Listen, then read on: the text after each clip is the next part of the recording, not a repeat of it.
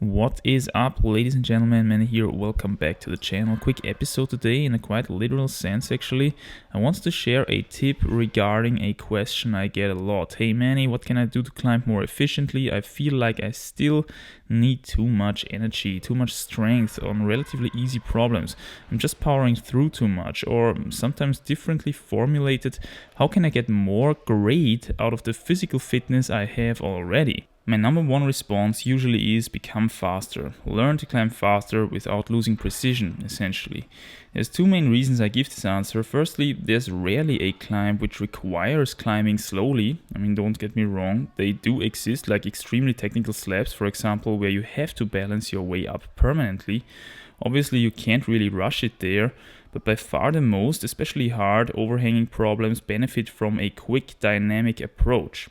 Reason 2, by far the majority of climbers I met so far have a tendency to climb slower than necessary rather than too fast for their level of technique, thereby affecting their climbing efficiency to the negative.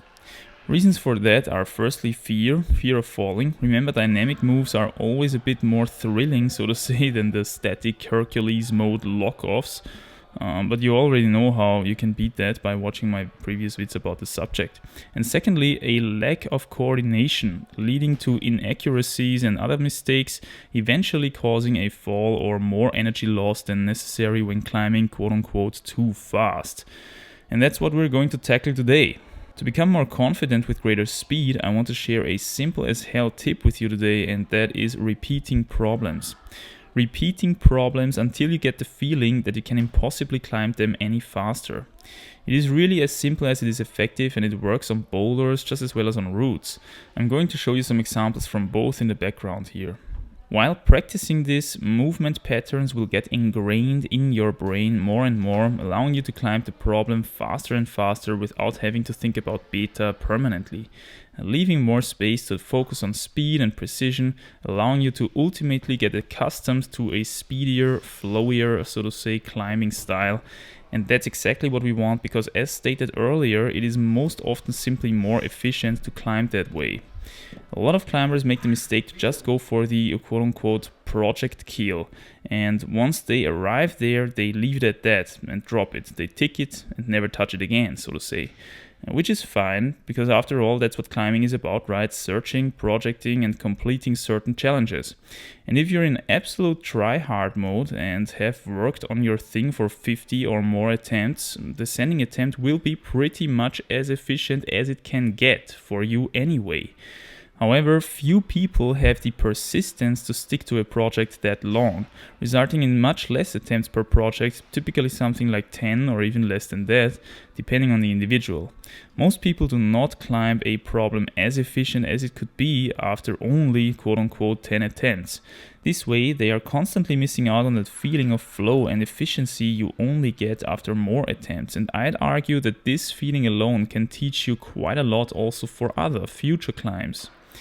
I have the feeling that most climbers should repeat problems more often, even if they already sent it. And this will have numerous positive effects on the psychology of the athlete. Firstly, when people are forced to do a task over and over again, they will soon find the most effortless way to do it. So the climber will sooner or later discover the one or the other technical detail, which makes the problem even easier than previously, potentially leaving him with a few lessons learned for his future problems which he otherwise wouldn't have gotten.